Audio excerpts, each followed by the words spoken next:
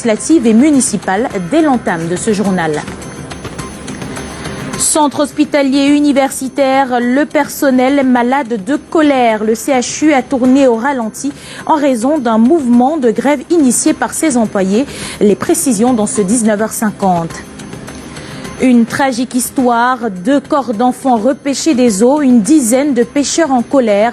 Le lac municipal de Yaoundé a englouti 2 nageurs âgés de 9 et 15 ans qui laissent leur famille dans une extrême tristesse. La tristesse d'une mère justement à l'hôpital de district de la Cité des Palmiers, cette fois-ci à Douala. Né le dimanche 2 février, le bébé a été volé dans l'enceinte de la formation sanitaire il y a 24 heures.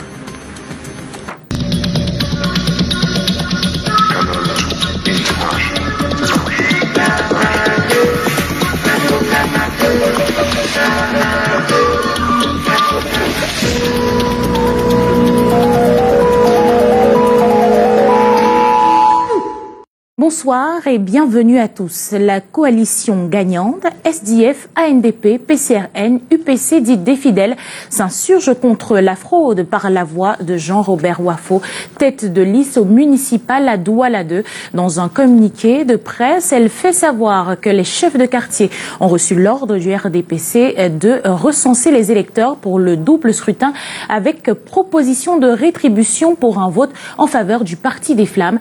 La coalition en sens critique plutôt ces manœuvres et appelle les chefs de quartier à ne pas céder au jeu. Suivons à ce sujet Jean-Robert Wafo du SDF. Il a été donné de constater que le RDPC à Douala 2e a intimé l'ordre aux chefs de quartier, aux chefs de bloc, de recenser les potentiels électeurs, de les identifier, en photocopiant leur carte d'électeur et en relevant leur numéro de téléphone. Il leur propose, n'est-ce pas, des rétributions financières à condition que, après le vote, qu'ils viennent leur présenter les cartes, donc les bulletins de vote des concurrents. Et à ceux qui résistent, je veux dire, ceux qui résistent font l'objet de chantage et de menaces d'expulsion des quartiers. Alors, nous tenons à dire fermement ici que nous ne tolérerons plus que ces agissements continuent. Et toujours à ce sujet, justement, un candidat dénonce ce qu'il qualifie de fraude électorale qui se mijote.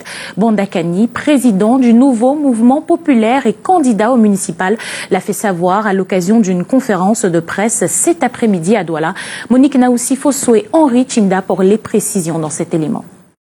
À moins d'une semaine de la compétition électorale du 9 février prochain, Bandakani, président du nouveau mouvement populaire et candidat au municipal à Douala 2e, dit détenir les preuves d'une fraude électorale qui se prépare. Nous avons attrapé les agents de la candidate tête de liste du RDPC à Douala 2e, de son état-major et de sa tutelle politique en flagrant délit de fraude électorale. Nous l'avons fait constater par huissier de justice. Nous prenons à témoin le chef de l'État du Cameroun, garant de la paix dans notre pays. Et l'ECAM, garant de la transparence électorale. Les autorités administratives de la région du littoral, du département du Vouri et de l'arrondissement de Douala 2e, de ce qui est en train de se préparer à Douala 2e. Personne ne dira « je n'avais pas été prévenu, je ne savais pas ». Convaincu de ce qu'il aura la confiance des électeurs de cette circonscription municipale, le NNP dit être prêt à défendre son vote. Le NNP et les habitants de la 2e n'accepteront pas qu'on les prive de leur victoire électorale à l'issue du vote du 9 février 2020.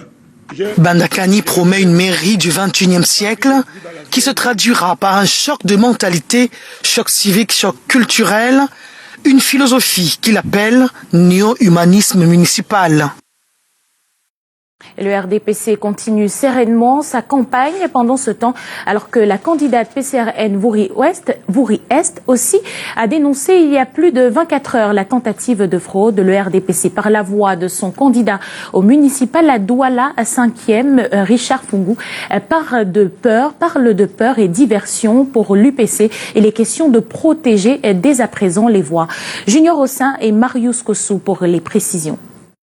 La surveillance du vote, la défense du vote, c'est par ces expressions que Nouran Hassana, candidate PCRN aux législatives Vouri-Est, appelle massivement ses électeurs à riposter face à une machine de fraude qui, selon elle, se met en place à Douala 3e et Douala 5e. Sur son compte Facebook, elle fait savoir que son parti politique est en tête des sondages dans ses circonscriptions électorales.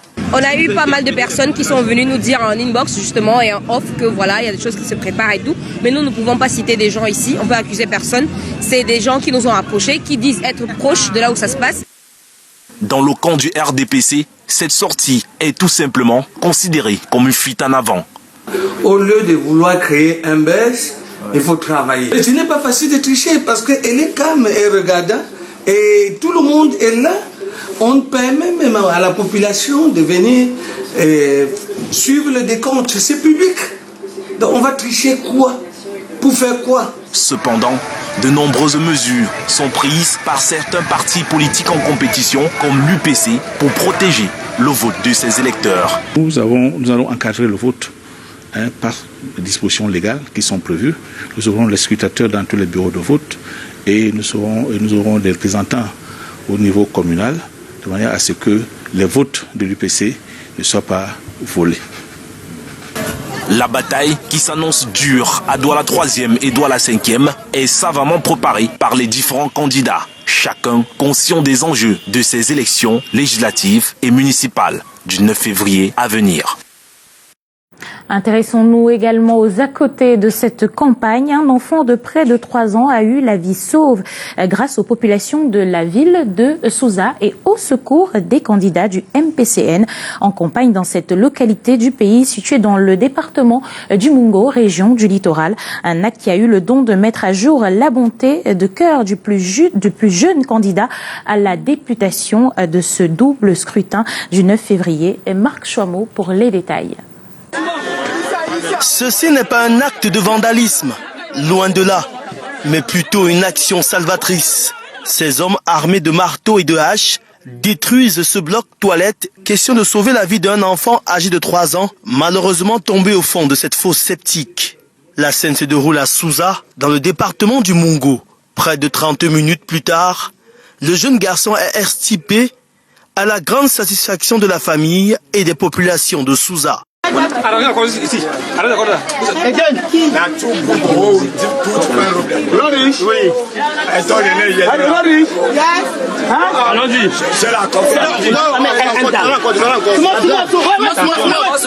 Parmi les sauveurs, pompiers d'un jour, il y avait des militants du MPCN, parti politique, qui étaient en campagne quelques mètres plus loin avant l'incident.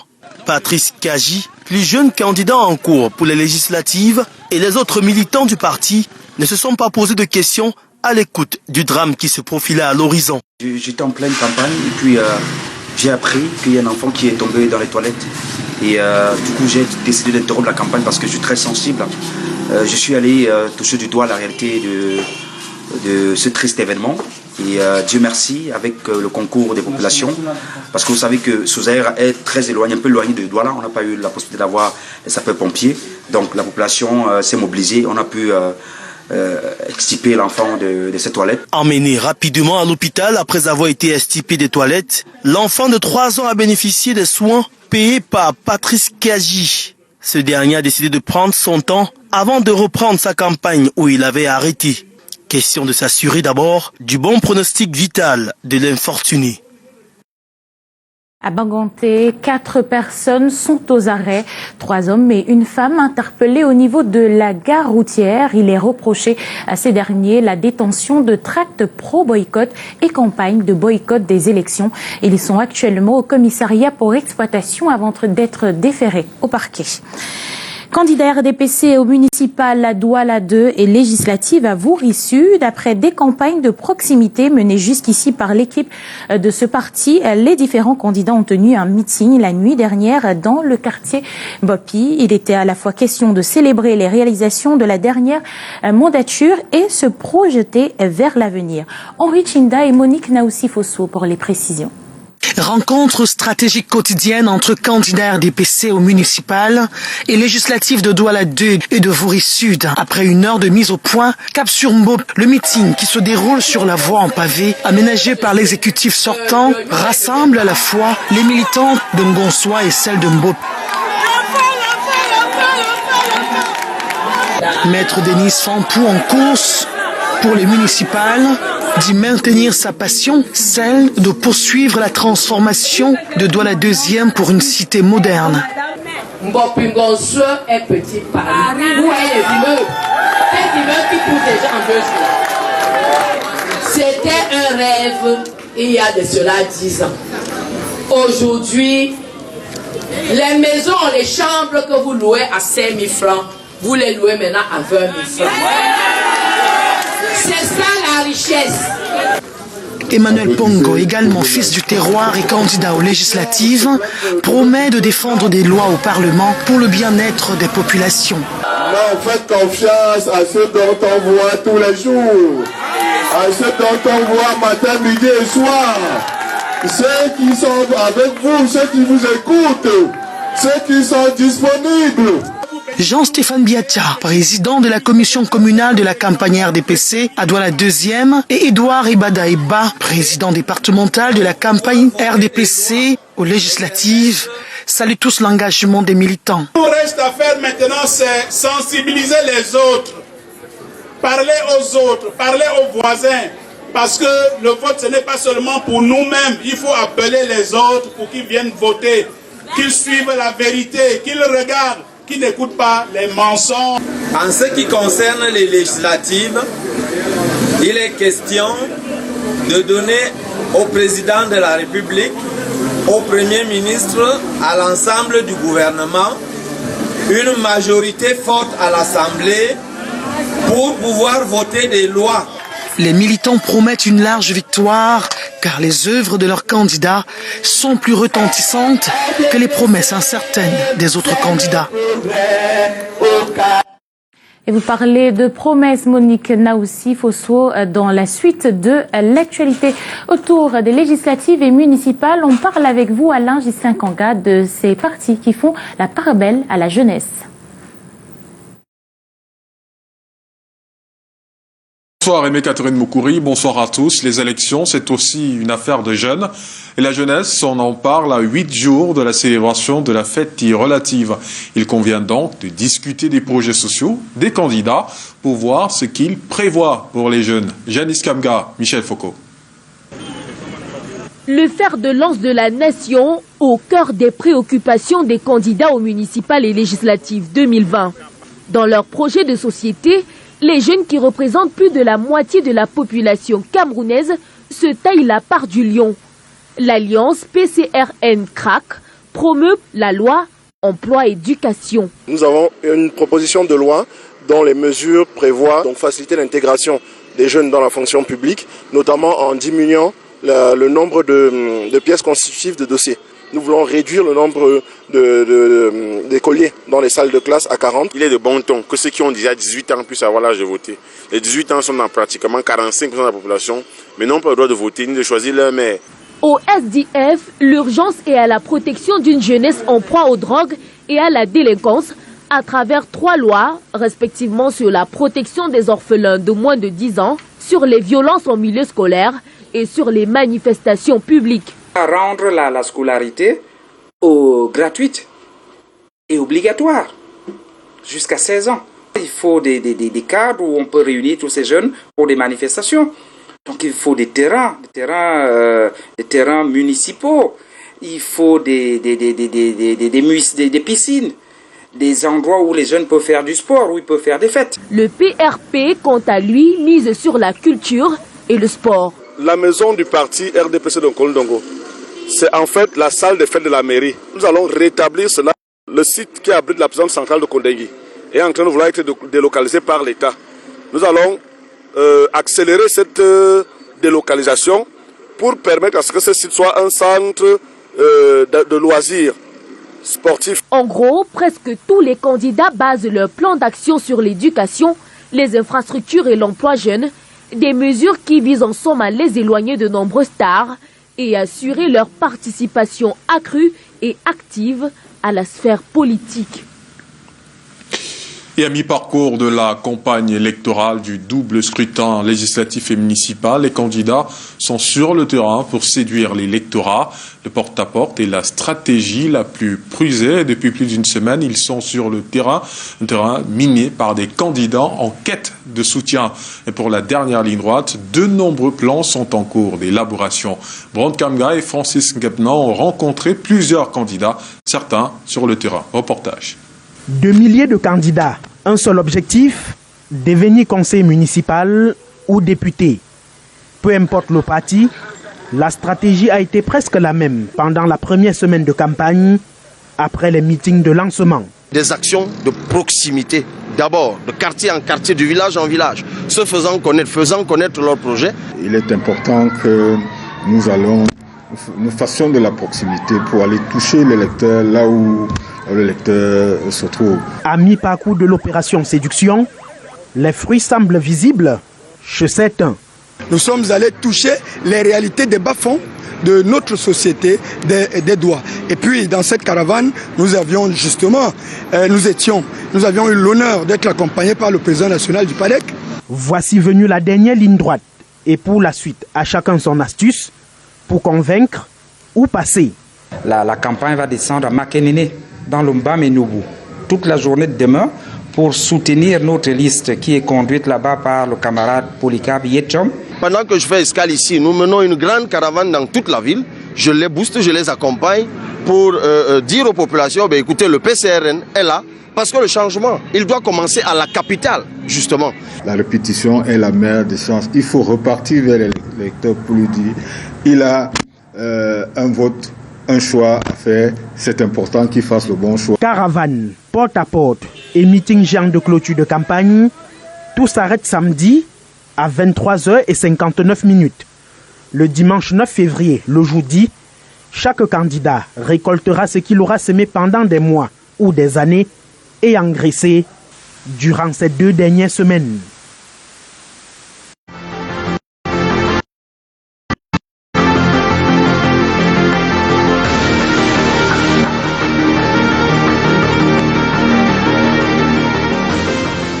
Le cri de colère des personnels sanitaires du centre hospitalier universitaire de Yaoundé entendu ce mardi. Ils l'ont exprimé à travers un mouvement de grève commencé ce jour relativement à de nombreuses revendications. Le mot d'ordre lancé pour toutes les formations hospitalières a finalement mordu de ce côté-là. Arnaud Gueffak et Samuel Bonis. C'est la danse du malheur. Personnel médico-sanitaire en action. Nous sommes au centre hospitalier universitaire CHU de Yaoundé. C'est un mardi de grève. Zéro boulot pour eux, un orchestre installé pour un moment festif plutôt que de tristesse. C'est une autre façon de pleurer. La grève, dont le mot d'ordre circule depuis quelque temps, est subséquente à un ensemble de revendications listées en 25 points qui concernent tous les hôpitaux publics. Mais chaque hôpital a son mal en interne. Au CHU ici, nous revendiquons les arriérés de la convention collective des hôpitaux de première catégorie. C'est les finances qui ont promis que nous devons avoir ça en 2020. Le plateau technique est inexistant, ce qui ne nous permet pas de décoller. Depuis un bon bout, nous sommes dans un chantier qui ne finit pas. Alors, quand on est dans cet environnement, on n'est pas en mesure d'avoir les recettes, malgré la bonne volonté de notre top manager. Cette volonté du top management a suscité une réunion tripartite récemment entre syndicalistes, administrateurs du travail et de la sécurité sociale et patrons pour analyser la situation. Point d'entente trouvé et mise en œuvre en cours. Des avancements ont été régularisés de 2017 en 2019. Mais au niveau national, il y a encore beaucoup à faire. Les présidents nationaux ont rencontré les ministres. Et ça fait qu'aujourd'hui, nous sommes une fois relancés dans la mesure où rien n'est fait dans les hôpitaux. Désormais, ont-ils adopté le mal sera signifié par un bandeau noir porté. À défaut de manger, ils dansent à la sueur du front. Et à quelques mètres du centre hospitalier universitaire, deux enfants sont passés de vie à Trépa, au lac municipal de Yaoundé. Les deux frères, âgés de 9 et 15 ans, sont allés piquer une tête. La virilité leur a été fatale. Les pêcheurs de ce bassin expriment leur ras-le-bol et à la fois leur impuissance face à la résurgence de ces drames sur leur lieu de travail. Janice Kamga, Luc Vandor. C'est ici qu'ils auraient pris leur souffle avant de se jeter à l'eau. Quelques brasses plus tard, ils le perdaient. D'après les témoignages des pêcheurs du lac municipal, les frères âgés de 9 et 15 ans s'amusaient sur les berges alors que se tenait sur le ponton d'en face une fête, objet de toutes les attentions. Il y a eu un groupe des enfants qui viennent souvent se laver là. Ils nagent. Il y a 2 enfants qui sont venus ici. Ils sont venus signaler qu'il y a 2 corps dans... 4 enfants qui ont signalé qu'il y a 2 corps dans l'eau. Une fois alertés, ils engagent des recherches. C'est ainsi que le premier corps est repêché. Le second ne remontera à la surface de ces eaux qu'hier, 24 heures plus tard, grâce au secours des sapeurs-pompiers. À l'origine de cette noyade, un système de flottage artisanal fréquemment utilisé ici par les enfants. Les bidons de 10 litres, oui. C'est avec de ces bidons donc ils attachent au rein là pour nager avec. Donc il paraît que le bidon s'est détaché et ils se sont noyés. Les pêcheurs s'en plaignent, le danger est réel, les enfants incrédules. Chaque fois ils viennent, surtout les week-ends. Bon, on les chasse, mais ça ne tient pas. Et voilà même qu'ils m'ont blessé une fois ici. Les enfants qui fuient l'école. Donc c'est surtout les samedis, dimanches. Les enfants qui viennent d'Ngwaikele, Elixono, Biketeri, Lonka. Face à la récurrence des décès dans ce lac, un dispositif de veille et de sécurité serait la bienvenue. Et à Tico, dans la région du sud-ouest, 1300 kg de cannabis viennent d'être interceptés dans un bus de transport en commun en provenance du département du Mungo. Les suspects sont tombés dans les filets du peloton routier motorisé de Buea. Les détails avec Inès Ondouambala. Un important stock de cannabis vient d'être saisi à Tico. C'est au total 1300 kg de cannabis qui sont tombés dans les filets du contrôle des éléments du peloton routier motorisé de Buea. C'était au cours d'une fouille de routine. Ils sont partis de Mungo en direction du sud-ouest. Et nous avions un poste au niveau de Mselele où nous avions interpellé ces véhicules. Et nous avons procédé à la fouille, monsieur l'identification des personnes qui étaient. Et nous avons trouvé qu'effectivement, cette voiture transportait la cargaison que vous avez vue là, donc les sacs de tapioca. Et lorsqu'on est allé en profondeur, on a trouvé que c'était pas le tapioca, il y avait à l'intérieur du champ indien. C'est à bord de cette IAS de transport public en provenance du département du Mungo que cette cargaison de chanvre indien a été interceptée. Voici les présumés trafiquants de ce stock de cannabis. Je me suis amené ce tableca et le maïs. Et moi, je connais que c'est le tableca et le maïs. Je suis chargé, fait plan et chargé ces bagages sur la voiture. Je ne connais pas quoi que ce sont dans le sable. Là qu'on a déchargé le sable, j'ai trouvé que c'est le chambre qui est dedans. On a fait partir tous les passagers. On m'a mené ici avec le monsieur qui est ça. Quand ils sont venus, le gars il est venu, je suis maintenant venu vers le gars, ils avaient déjà déchargé ça à terre. Et quand ils ont déchargé, moi-même je voyais que c'était le maïs et le gari. Les 1300 kg de cannabis, rigoureusement conditionnés dans des colis, étaient dissimulés dans des sacs de tapioca et de maïs à destination de Buea. Le transporteur et le responsable de cette cargaison de cannabis ont été appréhendés. Ils sont dans les mailles du peloton routier motorisé de Buea. Cette saisie traduit la détermination de la gendarmerie nationale dans l'intensification de la lutte contre les menaces sécuritaires à la veille des élections. En santé, ce 4 février, l'on célèbre la journée mondiale de lutte contre le cancer. Une occasion idoine pour sensibiliser sur l'utilité d'un dépistage précoce pour aboutir à une guérison. Au Cameroun, on est passé de 10 000 cas en 2010 à 15 769 en 2018. Mireille Flore des Fofotso et Stéphane Binac. Le désespoir d'une jeune fille qui a vu disparaître de manière impuissante des êtres chers.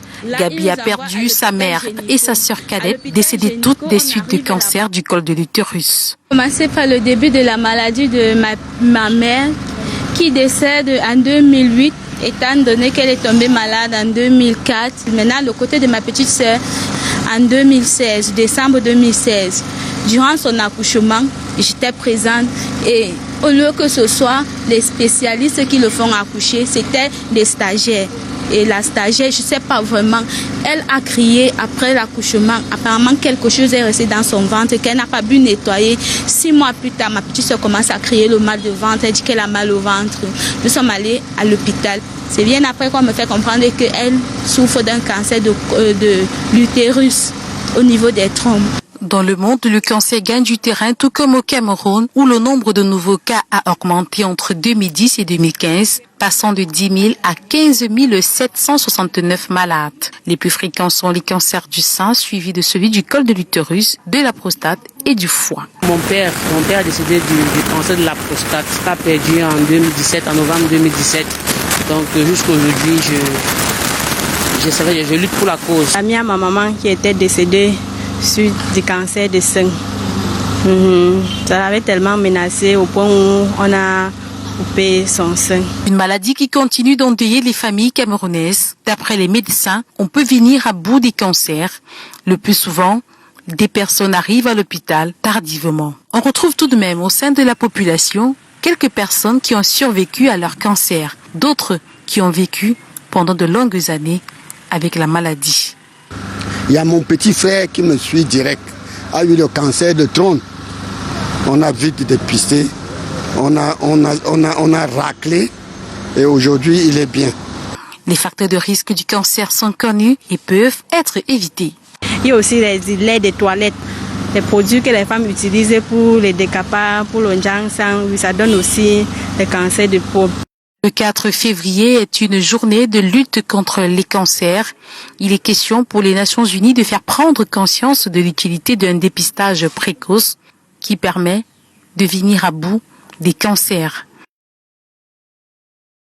Heures de travail en or, argent et vermeil pour les agents de la Société nationale des hydrocarbures. Ils étaient un peu plus de 30 à être récompensés pour avoir doublé d'ardeur afin de maintenir haut le flambeau de la SNH. C'était au cours d'une cérémonie présidée par le ministre du Travail et de la Sécurité sociale. Les détails avec Karen Mizatachuya et Ling Vondo.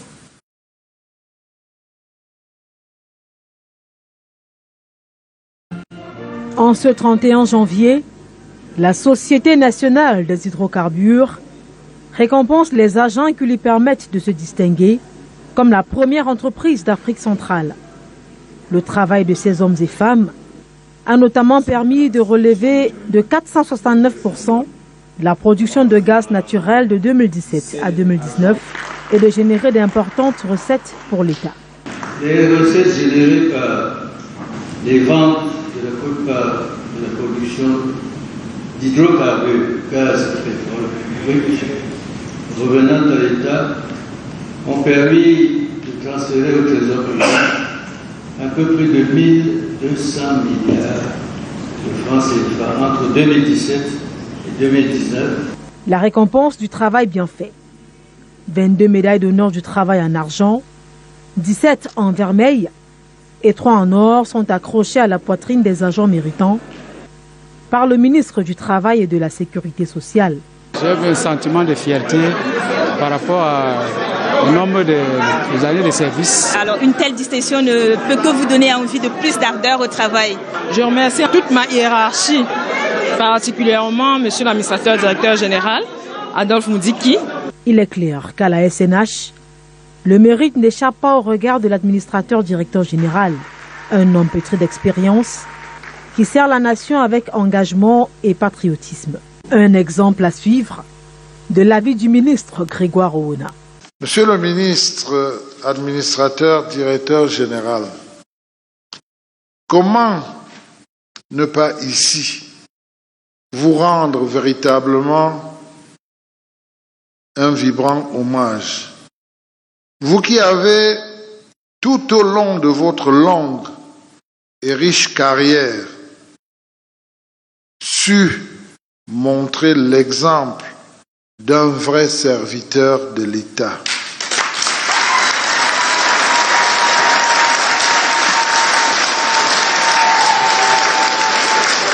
Cette reconnaissance du personnel trouve son fondement dans diverses mesures prises à son profit, comme l'a indiqué le délégué du personnel, Ibrahim Mbombo. Autant de raisons motivant le personnel à donner le meilleur pour faire avancer la SNH, qui célèbre son 40e anniversaire le 12 mars prochain. Et la suite de ce 19h50, c'est à Douala avec vous, Aimé Catherine Moukouri. Bonsoir. Bonsoir Alain Ghislain Kanga. La collaboration pacifique entre Tchadiens et Camerounais est l'une des valeurs qui doit caractériser les relations entre les deux pays. Mohamed Sani Tarinou a reçu les souhaits de bonne et heureuse année au cours d'une cérémonie de présentation des vœux à l'ambassade le week-end dernier. Lille Piedieu et Joseph Foipon pour les précisions. Ambassade du Cameroun au Tchad, c'est jour de fête. Les délégations venues des 10 régions du Cameroun et les éléments en détachement à la force multinationale mixte répondent présents à la cérémonie de présentation de vœux à Mohamed Sani Tarinou, ambassadeur extraordinaire et plénipotentiaire du Cameroun au pays de Toumaï.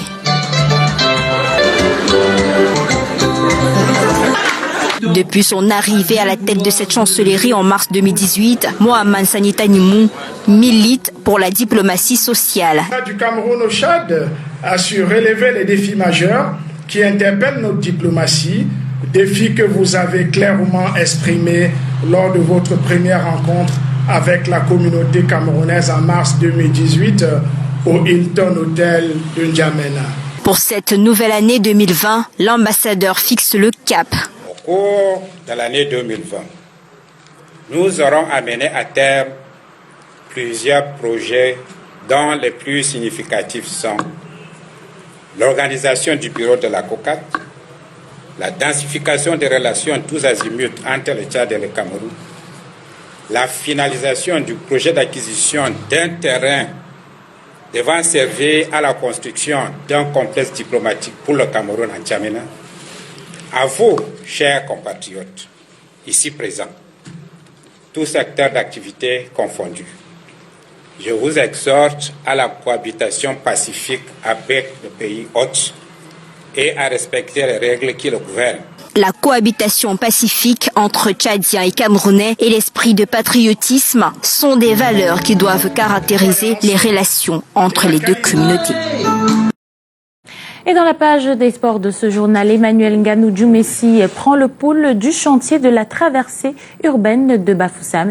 Il y a effectué une visite d'évaluation ce 4 février et le ministre des Travaux publics n'est pas satisfait du niveau d'avancement. Walter Bertrand, Dimitri Tuaté. Les chantiers routiers foisonnent à Bafoussam et multiplient les embouteillages, source de colère des usagers. La traversée urbaine de Bafoussam, longue de 10 km et demi, avec son lot de problèmes, retient toutes les attentions. La ville de Bafoussam est complètement baignée dans la poussière. Nous sommes très contents du résultat que ça va donner parce que mais le fait d'attaquer partout et de ne pas penser à nous, à notre santé, parce que après il y aura un réel problème de santé publique à cause de la poussière et du fait qu'on soit mal à l'aise parce que toute la ville est en chantier. Emmanuel Nganou-Djoumessi, ministre des Travaux publics, a pris le pouls de ce lot du projet de réhabilitation de la nationale numéro 4 ce 4 février 2020. La réalisation d'une infrastructure routière n'a pas pour vocation d'accentuer les difficultés des populations, mais plutôt de contribuer à l'amélioration des conditions de vie. Dans un nouveau planning va être arrêté en rapport avec la mission de contrôle, l'ingénieur de marché, pour comprimer les délais de traitement. Et j'ai prescrit des travaux de nuit, des travaux de jour et les travaux pendant les jours non ouvrables. Une menace de la résiliation plane. Tout ce que je donne comme prescription devra être réalisé dans les 21 jours qui suivent. Si dans les 21 jours qui suivent, ces prescriptions ne sont pas réalisées, alors je procède à leur évaluation. Si l'évaluation est déclarée insatisfaisante, bon, vous suivez ce qui va arriver. Mais ce que nous recherchons, ce n'est jamais d'applaudir la résiliation. Non, nous applaudissons la route qui est construite. Donc, parfois, il s'agit juste de tenir un épée sur la tête de l'entreprise pour qu'elle aille vite. Le niveau d'avancement, la qualité et l'interférence des entreprises préoccupent les autorités. La page des sports à présent, sujet à de nombreux questionnements depuis peu. Le ministre des Sports et de l'Éducation physique a reprécisé les missions du collège de consultants dans la tanière des Lions à Primes. C'était au cours d'une réunion qu'il a présidée en présence du staff technique de l'équipe nationale locale. Alain Ghislain Kanga, Michel Foucault.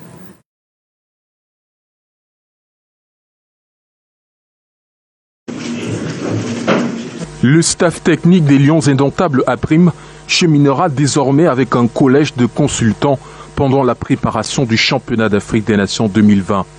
Lors d'une réunion ce 4 février à Yaoundé, dans les services du ministère des Sports, Narcisse Mouelin-Kombi a tenu à préciser que la mise en place de ceci ne doit pas être vue comme la preuve de l'incompétence de Clément Aroga. Il n'en est absolument rien.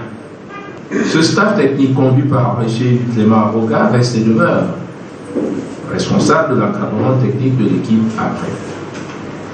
La décision prise le 31 janvier 2020 participe de la gestion moderne du football dans la quête de la meilleure performance possible.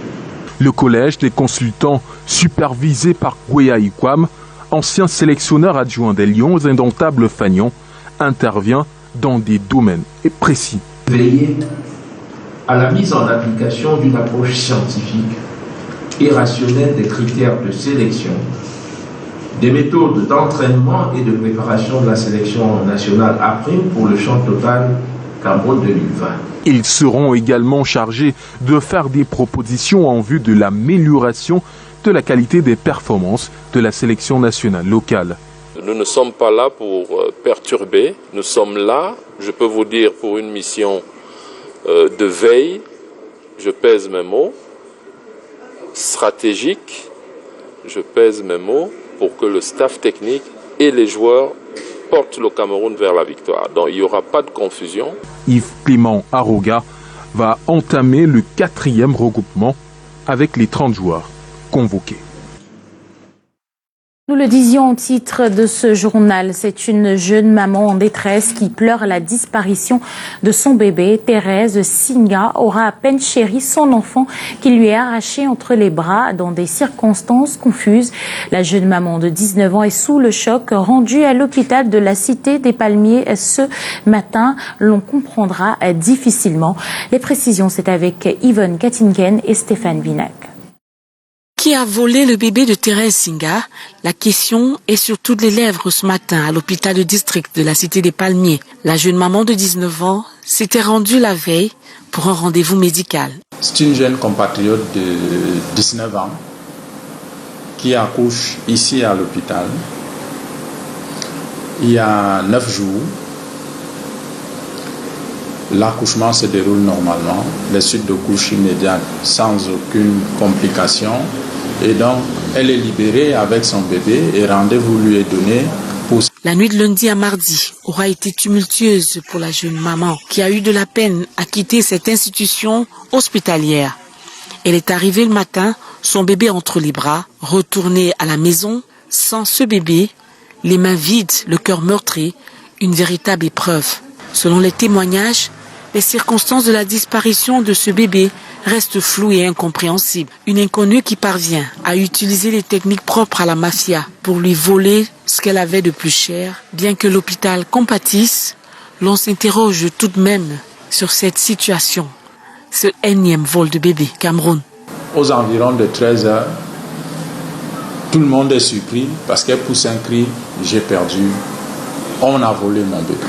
Et donc, elle nous explique qu'elle a rencontré une dame quand elle entrait à l'hôpital, qui lui a proposé d'aller lui réparer sa sandale, une histoire comme ça, et puis qui est revenue la trouver sur le banc, après que la major lui ait demandé d'aller en consultation postnatale, la major de vaccination.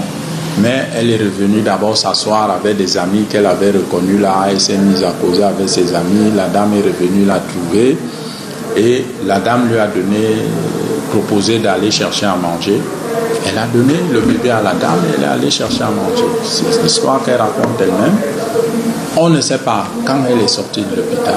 On ne sait pas combien de temps elle a mis à l'extérieur. Toujours est-il que quand elle revient vers 13 heures, elle s'écrie qu'on a volé son bébé. Parviendra-t-on à lui redonner le sourire? La brigade de Ndogbo est sur le dossier. Les responsables de l'hôpital de la Cité des Palmiers ont été auditionnés. L'enquête est donc ouverte. Mais en attendant, la nouvelle maman continuera de pleurer encore et toujours ce nourrisson. Et toujours au registre des faits de société, ce mardi fut une journée sanglante sur la nationale numéro 3. Un accident de circulation a fait 2 morts et plusieurs blessés. Un chauffeur à bord de son véhicule perd le contrôle et percute une moto qui transportait 2 personnes. Les blessés ont été transportés à l'hôpital régional d'Edea. Nous y reviendrons dans nos prochaines éditions. C'est la fin de ce 19h50. Merci à vous de l'avoir suivi. Rendez-vous demain à même heure sur Canal 2 International et nulle part ailleurs. Bonsoir à tous.